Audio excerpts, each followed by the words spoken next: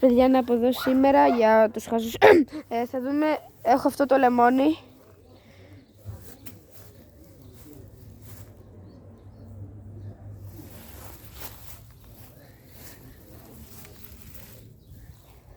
Λεμόνι, κοκτέιλ χωρίς λεμόνι, δεν είναι κοκτέιλ πάντως, ή είναι, ή δεν είναι, δεν ξέρω.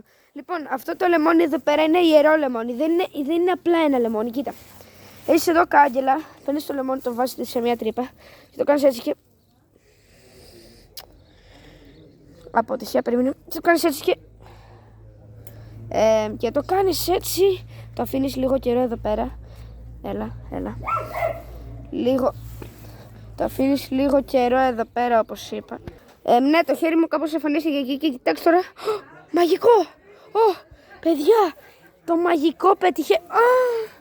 Το μαγικό πετυχαίνει. Το είδατε πως κόπηκε. Κάτσε, ξέρω ένα άλλο μαγικό. Το αφήνεις κάτω. Το κομματάκι δίπλα. Και κοιτάξτε τι θα γίνει. Παιδιά, είδατε, ξανακόπηκε. Αυτό εδώ πέρα δεν γίνεται, εντάξει. Ωραία. Κοιτάξτε, με αυτό το κομμάτι τι θα γίνει. Κάπως εξαφανίστηκε από εκεί και πήγε εδώ. Λεμόνι κομμένο τώρα πια. Ξυνήλα σου μέσα. Ωραία, κοιτάξτε άλλο ένα μαγικό. Βλέπετε αυτό το λεμόνι. Δεν έχει τρύπα, έτσι. Κοιτάξτε. Είδατε. Κοίτα, δεν μπορεί να μην φάνηκε, αλλά... Βλέπετε, έχει τρύπα. Αν το δείτε καλά. Περίμενα να σας το δείξω κιόλας. Κοιτάξτε. Βλέπετε. Έχει τρύπα. Να την.